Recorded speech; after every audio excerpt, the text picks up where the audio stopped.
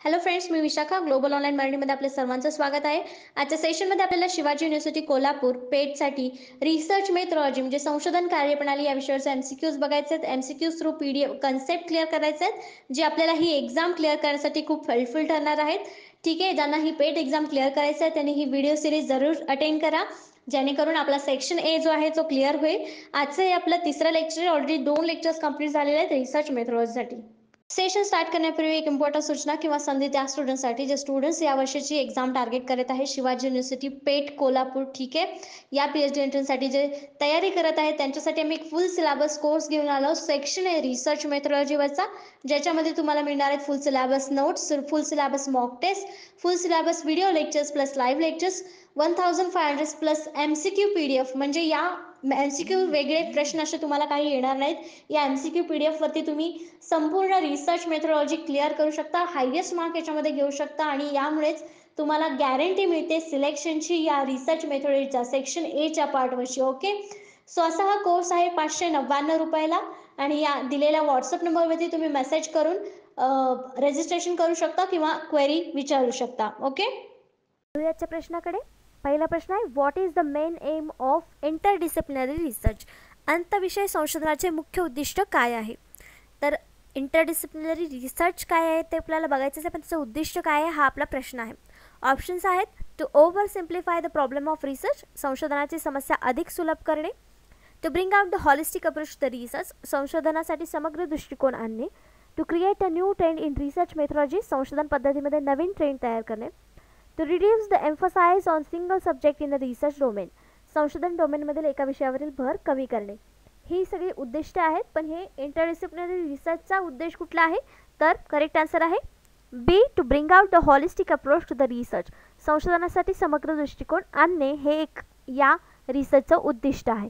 तर interdisciplinary research म्हणजे काय नेमकं? तर interdisciplinary research is a mode of research by teams or the individuals that integrates information, data, techniques, tools, perspectives, concepts, and or theories from two or more disciplines or bodies of specialized knowledge to the advanced fundamental understanding to solve problems. रिसर्चचाच प्रकार आहे ज्याच्यामध्ये आपण data, information म्हणजे माहिती, techniques वेगवेगळे वापरतो, tools वेगवेगळे वापरतो, कन्सेप्ट्स वापरतो, थेरीज असतात.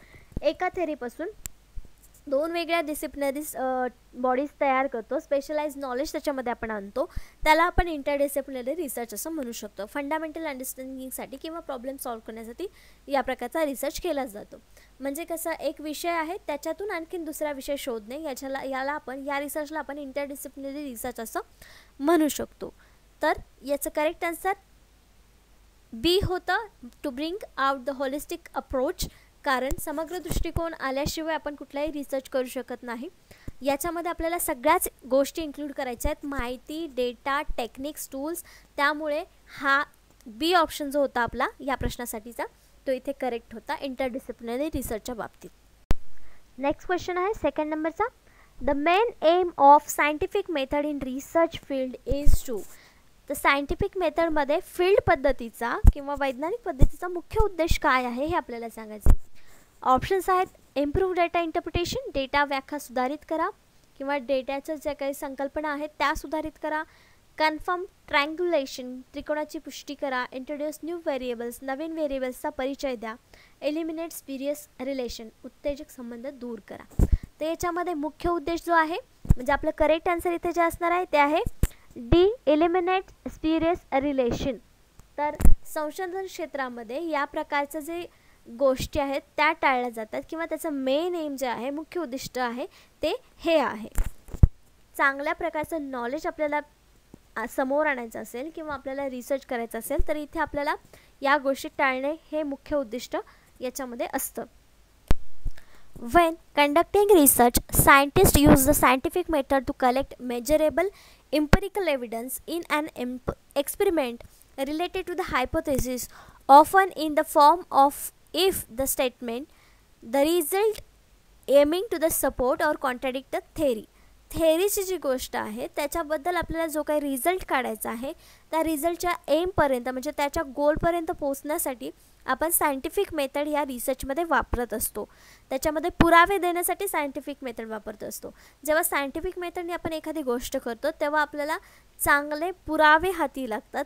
त्या पुराव्यांद्वारे आपण नेक्स्ट जो व्यक्ती आहे, समोरचा जो व्यक्ती आहे, त्याला आपण आपलं संशोधन काय आहे किंवा आपली जी गोष्ट आपल्याला मिळालेली आहे ती बरोबर आहे किंवा आपण जे हायपोथेसिस मांडलेलं आहे ते बरोबर आहे हे आपण प्रूव्ह करू शकतो सायंटिफिक मेथड जर आपण रिसर्चमध्ये वापरली तर.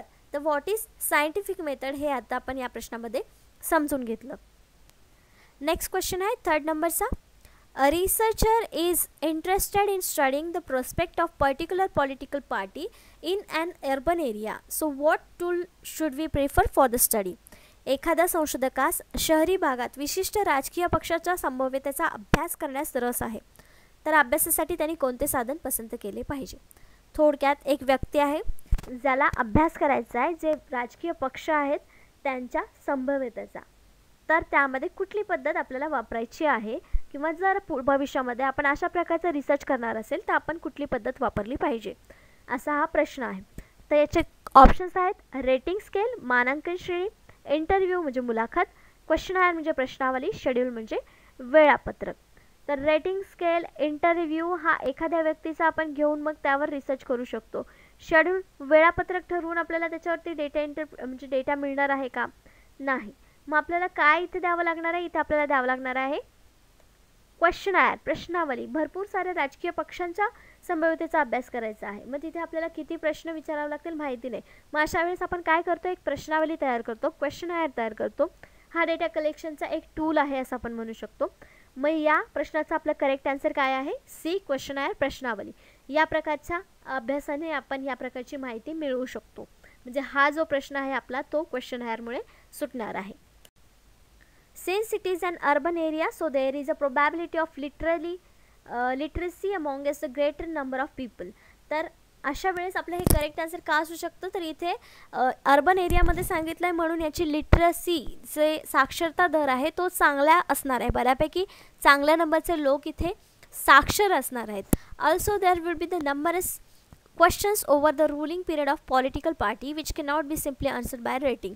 तर याच्यामध्ये रेटिंगनी क्वेश्चनचे आन्सर देऊ शकणार नाही कारण भरपूर साऱ्या पॉलिटिकल पार्टी आहेत ते काही वेळेस रूल करत असतात, रूल पिरियड असतो तिथे, तर त्यामुळे त्याचे करेक्ट आन्सर आपल्याला मिळू शकणार नाहीत रेटिंगनी. रेटिंग देऊन त्याचं करेक्ट आन्सर आपल्याला मिळू शकणार नाही. मग अशा वेळेस काय करणार आपण? The rating can only be consider if any political party has done some work. हां, तर त्यांच्या संभाव्यतेचा अभ्यास करताना आपण रेटिंग वापरणार नाही. रेटिंग कशाच्या वेळेस वापरू शकतो आपण की ते तेव्हा ज्यांनी एखादं काम कंप्लीट केलं असेल मग त्यांचं काम कसं झालेलं आहे त्यासाठी आपण रेटिंग स्केल किंवा रेटिंग वापरू शकतो. त्या गोष्टीचा सर्वे करण्यासाठी आपण रेटिंग वापरू शकतो. पण हे जे काम सांगितलेलं आहे which is the questionnaire use, which is why the questionnaire use, का यूज केलेले आहे आपण? तर रेटिंग इथे यूज करता येणार नाही आहे आणि भरपूर सारे नंबर इथे लोकांचे जे आहेत ते साक्षर असणार आहेत जे क्वेश्चन वाचून आन्सर देऊ शकणार आहेत म्हणून इथे आपण क्वेश्चनायरचा वापर केलेला आहे. भरपूर मोठ्या अमाऊंटमध्ये म्हणजे भरपूर नंबर्समध्ये क्वेश्चनायर एकाच वेळी दिली तर आपल्याला भरपूर डेटा कलेक्ट होतो म्हणून इथे आपण ही पद्धत वापरलेली आहे किंवा या प्रकारच्या प्रश्नाचा आन्सर जे आहे ते आपलं क्वेश्चनायर येणार आहे. नेक्स्ट क्वेश्चन आहे 4th नंबरचा. The conclusions findings of type of research cannot be generalize to other situations. कोणत्या प्रकारच्या संशोधनाचे निष्कर्ष इतर परिस्थितीमध्ये सामान्य केले जाऊ शकत नाहीत, जनरलाइज केले जाऊ शकत नाहीत. ऑप्शन्स आहेत casual comparative research, historical research, descriptive research, experimental research. हे सगळे आपल्या रिसर्चचे प्रकार आहेत. तर या प्रकारातला कोणता असा प्रकार आहे किंवा कोणता असा रिसर्च आहे ज्याचा निष्कर्ष प्रत्येक परिस्थितीमध्ये लागू होत नाही किंवा सेम असेलच असं आपण सांगू शकत नाही. तर यापैकी कुठला रिसर्च आहे? त्याचे करेक्ट आन्सर आहे बी, हिस्टोरिकल रिसर्च, ऐतिहासिक संशोधन. तर ते का नसेल बघूया. One cannot generalize historical research in the USA which has been done in India. तसं आपण जनरलाइज का करू शकत नाही? आपण एक उदाहरण दिलेलं आहे होतं की USA झालेला हिस्टोरिकल रिसर्च जो आहे तोच इंडियामध्ये लागू होईल असं नाही आहे. एखादं म्युझियम आहे USA आणि त्या म्युझियमचे लोक व्हिजिट करणं किंवा ते हिस्टॉरिकल बॅकग्राऊंड जे आहे तिथल्या म्युझियमचं तेच बॅकग्राऊंड इंडियातल्या म्युझियमचं असेल किंवा तिथल्या राजांचं असेल असं आपण सांगू शकत नाही. म्हणजे हिस्टॉरिकल रिसर्च जो आहे तो दोन्हीकडे सेम होऊ शकत नाही. म्हणून आपल्या इथे करेक्ट आन्सर जे आलेलं आहे ते हिस्टॉरिकल रिसर्च होता, जो जनरलाइज करू शकत नाही प्रत्येक सिच्युएशनमध्ये. Historical research is a qualitative technique. तर हिस्टॉरिकल रिसर्च काय आहे? क्वालिटेटिव्ह आहे, क्वांटिटेटिव्ह नाही. Historical research studies the meaning of past events in an attempt to interpret the facts and explain the cause and events. तर historical रिसर्चमध्ये काय explain करतो किंवा काय रिसर्च होतो, तर जे भूतकाळात झालेले इव्हेंट्स आहेत किंवा जे सत्य आहेत, आपल्या भूतकाळातील फॅक्ट्स आहेत, सत्य आहेत, त्यांना एक्सप्लेन करणं किंवा कुठले इव्हेंट्स आहेत त्याचे कारणं कुठली होती किंवा त्या इव्हेंट्स कसे झाले, त्याचा इफेक्ट काय होता, प्रेझेंट इव्हेंट्स काय आहेत त्याच्यातले, त्याच्यावरती रिलेटेड, यासाठी आपण हिस्टॉरिकल रिसर्च करत असतो. हिस्टॉरिकल बॅकग्राऊंड, हिस्टॉरिकल रिसर्च हे पुढच्या पिढीला माहिती मिळण्यासाठी केले जातात. तर आत्ताच्या आपण प्रश्नावरून आपण हिस्टॉरिकल रिसर्च काय आहे किंवा त्याचे जे निष्कर्ष आहेत ते सगळीकडे जनरलाइज होऊ शकत नाही हे शिकलो.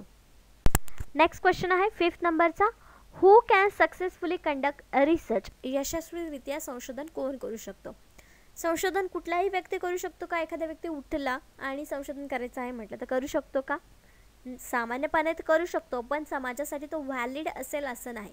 सामान्यपणे मला याच्याबद्दल माहिती घ्यायची आहे, क्युरियोसिटी म्हणून मला ह्याच्याबद्दल माहिती करून घ्यायचं आहे, हा शोध किंवा संशोधन असं म्हणू शकतो. पण जो प्रॉपर संशोधन असतो, ज्याला व्हॅलिड मान्यता असते, ते संशोधन करण्यासाठी कुठली गोष्ट आवश्यक आहे ते बघूया. ऑप्शन्स आहेत. Someone who is a hard worker, कोणी कठोर परिश्रम कामगार आहे. पोस्ट ग्रॅज्युएशन डिग्री, पदव्युत्तर पदवी असायला पाहिजे. हॅज स्टडीड रिसर्च मेथॉलॉजी, संशोधन पद्धतीचा अभ्यास केला आहे. Poses thinking and reasoning ability, विचार करण्याची क्षमता आणि तर्कक्षमता असावी.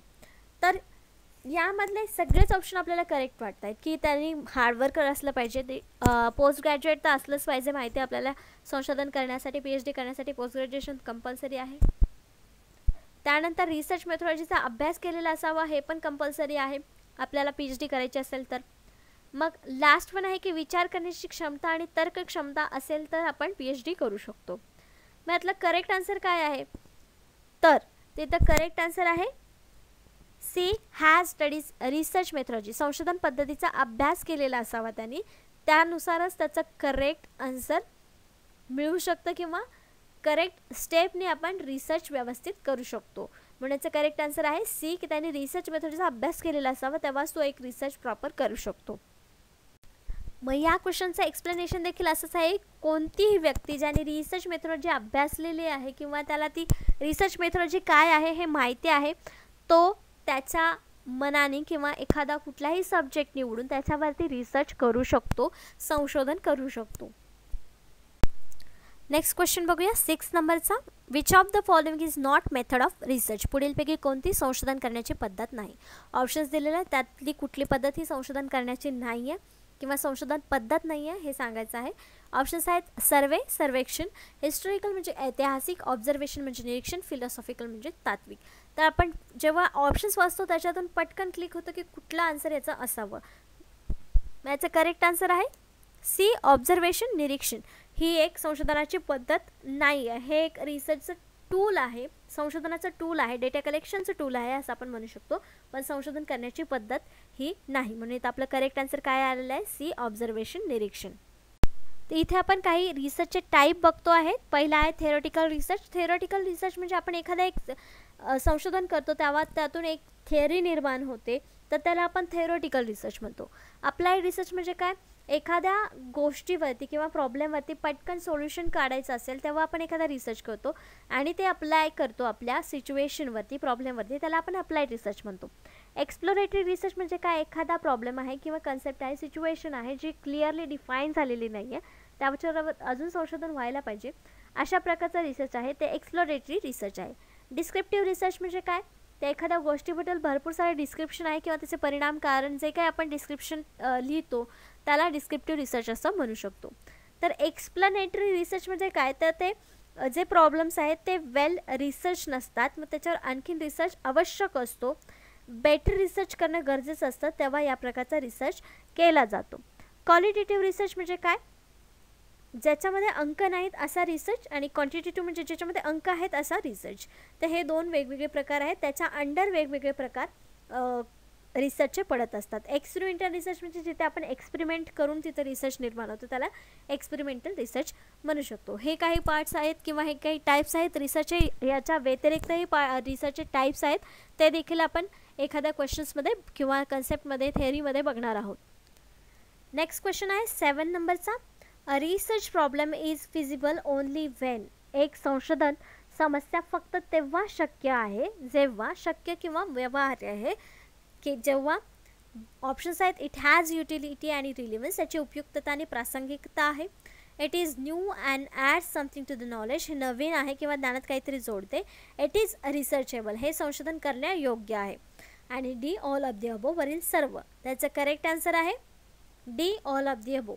का, कारण रिसर्च प्रॉब्लेम विचारलेला आहे, कधी व्यवहार्य असतं किंवा शक्य आहे किंवा तो घेण्यायोग्य आहे, कारण त्याच्यामध्ये उपयुक्तता आणि प्रासंगिकता पण पाहिजे. म्हणजे लेटेस्ट विषय असेल तरच त्याच्यामध्ये उपयुक्त असेल. त्याच्यावरती जे सोल्युशन आपण शोधणार आहेत ते जर आधी घडून गेलेल्या गोष्टीवरती असतील तर त्याचा तिथे काहीच उपयोग होणार नाही. म्हणजे प्रासंगिकता त्याच्यामध्ये असायला हवी त्या प्रॉब्लेममध्ये, जो आपण रिसर्च प्रॉब्लेम निवडणार आहे त्याच्यामध्ये. त्यानंतर जे आपण सर्च करणार आहोत त्याच्यामध्ये आपल्या ज्ञानात काहीतरी भर पडायला पाहिजे. ऑलरेडी जर ते करून झालेलं असेल तर त्याच्यामध्ये आपली एक्स्ट्रा भर काय मिळणार नाही. जे आपलं ऑलरेडी नॉलेज आहे तेच नॉलेज आपण शेअर करतो, एवढंच होणार. नंतर इट इज रिसर्चेबल, म्हणजे हे संशोधन करण्यायोग्य पण असलं पाहिजे. नॉर्मल ऑलरेडी त्याच्यावरती कोणीतरी लिहून ठेवलेलं आहे ऑलरेडी असणं त्याला रिसर्चेबल विषय आपण म्हणू शकत नाही किंवा रिसर्चेबल प्रॉब्लेम असं म्हणू शकत नाही. जे जनरल नैसर्गिकरित्या होत आहे त्याच्यावरती जर सोल्युशन ऑलरेडी असेल तर तो एक गुड प्रॉब्लेम होणार नाही, गुड रिसर्च प्रॉब्लेम होणार नाही. म्हणजे आपलं हे सी करेक्ट ऑप्शन, हे सी देखील करेक्ट ऑप्शन आहे. मग आपल्या इथे तिन्ही ऑप्शन्स करेक्ट आहे म्हणून डी ऑप्शन इथे आपण आन्सर देतो. ऑल ऑफ द अबो वरील सर्व जे ऑप्शन्स आहेत ते करेक्ट आहेत.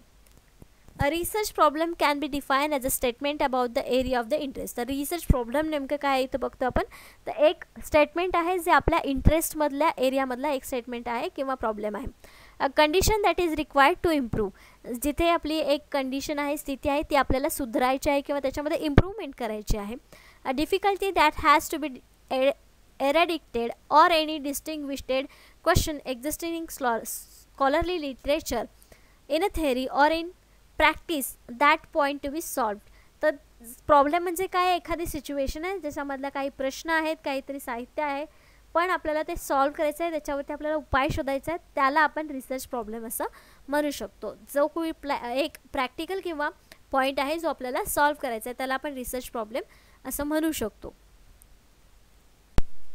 नेक्स्ट क्वेश्चन आहे 8th नंबरचा. Authenticity of research findings is it's. संशोधनाची शोधातील सत्यता ही त्याची आहे किंवा त्याच्यावर शोधलेली असते किंवा अवलंबून असते. Authenticity of research finding is it's त्याची काय असते. ऑप्शन्स आहेत व्हॅलिडिटी वैधता, ऑब्जेक्टिव्हिटी म्हणजे वस्तुस्थिती, ओरिजिनॅलिटी म्हणजे मौलिकता, D all of the above वरील सर्व.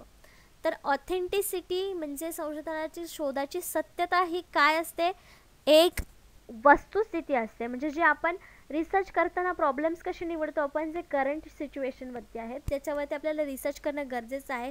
त्याच्यावर रिसर्च केल्यानंतर त्याचे उपाय जे आहेत ते लागू केल्यावर काहीतरी फायदा होणार आहेत अशा गोष्टी आपण निवडतो. म्हणजेच आपण सत्यता जी आहे ती तिथे मांडत असतो, वस्तुस्थिती मांडत असतो. म्हणून आपलं करेक्ट आन्सर इथे काय आलेलं आहे, बी ऑब्जेक्टिव्हिटी. संशोधनाच्या शोधातील सत्यता ही त्याची एक वस्तुस्थिती असते, हे त्याचं करेक्ट आन्सर येणार आहे. म्हणून आपल्या इथे करेक्ट आन्सर बी आहे, ऑब्जेक्टिव्हिटी वस्तुस्थिती. नेक्स्ट क्वेश्चन बघतोय 9th नंबरचा. Which one is called non probability sampling. असंभाव्यतेचे सॅम्पलिंग कोणाला म्हणतात किंवा असंभाव्यता सॅम्पलिंग पद्धतीमध्ये कुठला प्रकार खालील ऑप्शन्सपैकी येतो हे आपल्याला सांगायचं आहे. ऑप्शन्स आहेत कोटा सॅम्पलिंग, कोटा नमुना, cluster sampling, systematic sampling, स्ट्रॅटिफाईड random sampling. तर संभाव्यतेमध्ये स्ट्रॅटिफाईड, सिस्टमॅटिक आणि क्लस्टर हे तिन्ही प्रकार येतात. फक्त कोटा सॅम्पलिंग जे आहे ते नॉन प्रोबॅबिलिटी सॅम्पलिंगमध्ये येतं. म्हणून याचं करेक्ट आन्सर जे आहे ते आहे ए कोटा सॅम्पलिंग. कोटा नमुना जो आहे तो असंभाव्यतेच्या सॅम्पलिंगमध्ये येतं. Common non probability sampling methods include convenience sampling, तर नॉन प्रोबॅबिलिटी सॅम्पलिंग मेथड्समध्ये कुठले कुठले प्रकार आहेत हे आपण बघतोय. Convenience sampling, voluntary response sampling, purposive sampling, snowball sampling and quota sampling. हे जे प्रकार आहेत ते नॉन प्रोबॅबिलिटी सॅम्पलिंग मेथड्स आहेत. प्रोबॅबिलिटी सॅम्पलिंग मेथड्स या वेगळ्या आहेत. आपण नेक्स्ट क्वेश्चनमध्ये किंवा नेक्स्ट थेअरीमध्ये हे पॉईंट्स कवर करूयात किंवा हे पॉईंट्स नेमके काय आहेत, हे सॅम्पलिंग्स कसे निवडले जातात हे देखील बघूयात. Convenience sample, voluntary response sample and purposive samplings and snowball samples. तोपर्यंत हे आपल्याला लक्षात ठेवायचं, हे नॉन प्रोबॅबिलिटी सॅम्पलिंग मेथड्स आहेत. नेक्स्ट क्वेश्चन आहे 10 नंबरचा. What does a good thesis involve? चांगल्या प्रबंधात काय समाविष्ट आहे? तर प्रबंध म्हणजे आपण जे थेसिस जे लिहितो ते PhD कंप्लीट करत असताना किंवा आपला रिसर्च कंप्लीट करत असताना लिहित असतो. जो पूर्ण रिसर्च फाइंडिंग्स आहेत, आपले जे स्टेप्स आहेत, त्या स्टेप्स वाईज हा प्रबंध आपण तयार करत असतो. तर तो चांगला प्रबंध म्हणजे काय किंवा जे पॉईंट्स चांगल्या प्रबंधामध्ये असले पाहिजेत ते कुठले कुठले आहेत ते आपल्याला सांगायचं आहे. त्यांनी काही स्टेटमेंट्स दिलेले आहेत, म्हणजे कुठल्या कुठल्या प्रबंधामध्ये चांगल्या गोष्टी आहेत ते, त्यातून आपले कुठल्या गोष्टी निवडायच्या आहेत ते आपलं करेक्ट आन्सर असणार आहे. तर पहिला आहे reducing punctuation as well as grammatical errors to the minimalist. विरामचिन्हे कमी करणे तसेच व्याकरणातील त्रुटी कमी करणे. ही गोष्ट चांगल्या प्रबंधाची आहे का? बरोबर. ग्रामर किंवा विरामचिन्ह ही व्यवस्थित असतील तर आपलं लिखाण हे चांगलं होत असतं, म्हणून हे आपल्याला चांगल्या प्रबंधामध्ये लक्षण आहे. नेक्स्ट आहे बी, करेक्ट रेफरन्स सायटेशन, योग्य संदर्भ उद्धरण. संदर्भ सूची आपल्याला द्यावी लागते प्रत्येकाला रिसर्च करताना किंवा रिसर्च करणाऱ्या प्रत्येक व्यक्तीला संदर्भ ग्रंथाची सूची द्यावी लागते की आपण कुठून कुठून संदर्भ घेतलेत. मग हे पण आपल्या चांगल्या प्रबंधाचे एक गोष्ट आहे किंवा एक भाग आहे, म्हणून आपलं बी पण स्टेटमेंट करेक्ट आहे. Statement C, consistency in the way of thesis writing. प्रबंध लेखनाच्या मार्गात सुसंगत असावी. तुटक प्रबंध लेखन असेल तर ते योग्य वाटेल का किंवा वाचायलाही चांगलं वाटेल का? नाही. मग आपल्या इथं स्टेटमेंट सी सुद्धा करेक्ट आहे, कारण त्याच्यामध्ये सुसंगतता असली पाहिजे. स्टेटमेंट डी, वेल डिफाईन्ड अब्स्ट्रॅक्ट, सुस्पष्ट सारांश असावा. प्रबंधामध्ये आपल्याला सुरुवातीला सारांश देखील लिहावा लागतो, मग तो सारांश जो आहे तो सुस्पष्ट असेल तरच आपल्याला पुढचा सगळा रिसर्च चांगला दिसतो किंवा रिसर्चमध्ये नेमकं काय आहे ते आपल्याला त्याच्यातून कळतं, म्हणून तो सुस्पष्ट असावा. वेल डिफाईन्ड अब्स्ट्रॅक्ट असावा. म्हणजे आपले ABCD चारही ज्या गोष्टी आहेत त्या चांगल्या प्रबंधामध्ये समाविष्ट कराव्या लागतात किंवा चांगला प्रबंध होण्यासाठी या चारही गोष्टी आवश्यक आहेत. मग आपलं करेक्ट आन्सर इथे काय येणार आहे? ABCD हे चारही ऑप्शन जिथे असतील ते आपलं करेक्ट आन्सर असणार आहे. मग इथे ऑप्शन्समध्ये बी ऑप्शन जे आहे ते आपलं करेक्ट आन्सर आहे. ABCD चारही ऑप्शन्स असणारं करेक्ट आन्सर बी आहे, म्हणून आपलं इथे करेक्ट आन्सर बी आलेलं आहे. A thesis statement should be show exactly what your paper will be about. म्हणजे थेसिस स्टेटमेंट काय असतं, तर जे आपल्या पेपरमध्ये काय असणार आहे ते एक्झॅक्टली शो करणारं हे स्टेटमेंट असतं. What will help you to keep your paper to a manageable topic. जे मॅनेजेबल आपला टॉपिक आहे त्याच्यावरती आपल्याला हेल्प करणार आहे हे स्टेटमेंट. ज्या पेपरवरती टिकून राहण्यासाठी आपल्याला हे स्टेटमेंट हेल्प करणार आहे. For example, if you are writing a 7 to 10 page paper on hunger. जर आपण भुकेवर 7 ते 10 पानं लिहिणार असेल, you might say world hunger has many causes and effect. मग आपलं स्टेटमेंट काय असणार आहे की वर्ल्ड हंगर म्हणजे जागतिक भूक जे आहे किंवा भूकमारी जे आहे त्याचे भरपूर कारणं आहेत आणि त्याचे परिणाम देखील आहेत. याच्यामध्ये आपण काहीही स्टडी केला भुकेवरती किंवा हंगरवरती तर तो सगळ्या ह्याच्यामध्ये इन्क्लूड होता. आपल्या विषयाचा वास्टपणा किती आहे म्हणजे त्याचं टॉपिक किती खोल आहे हा आपल्या एका स्टेटमेंटवरून लक्षात येतो. म्हणून ते स्टेटमेंट जे आहे, थेसिस स्टेटमेंट जे आहे ते अशा प्रकारचं असायला पाहिजे. तर आजच्या या प्रश्नामध्ये आपण लास्टवाल्या त्याच्यामध्ये आपण थेसिस स्टेटमेंट कसं असायला पाहिजे किंवा थेसिस स्टेटमेंट काय आहे हे बघितलं. नेक्स्ट, तर आजचे 10 प्रश्न आपले 10 कन्सेप्ट इथे संपलेले आहेत. आपण कन्सेप्ट पूर्ण क्लिअर केलेले नाही आहेत, जे आपल्याला थेअरी पार्टमध्ये कवर करायचं पूर्ण कन्सेप्ट त्याच्यामध्ये होणार आहेत. पण आपण सध्या क्वेश्चनमध्ये जो कन्सेप्ट येतो आहे तो काय कन्सेप्ट आहे ते पण क्लिअर करतो. डीपमध्ये कन्सेप्ट क्लिअर करण्यासाठी आपण थेअरी पार्ट बघणार आहोत. तर आजचे 10 प्रश्न आणि 10 कन्सेप्ट इकडे संपलेले आहेत. नेक्स्ट लेक्चरमध्ये आपण पुढचे 10 कन्सेप्ट बघणार आहोत. आजसाठी धन्यवाद.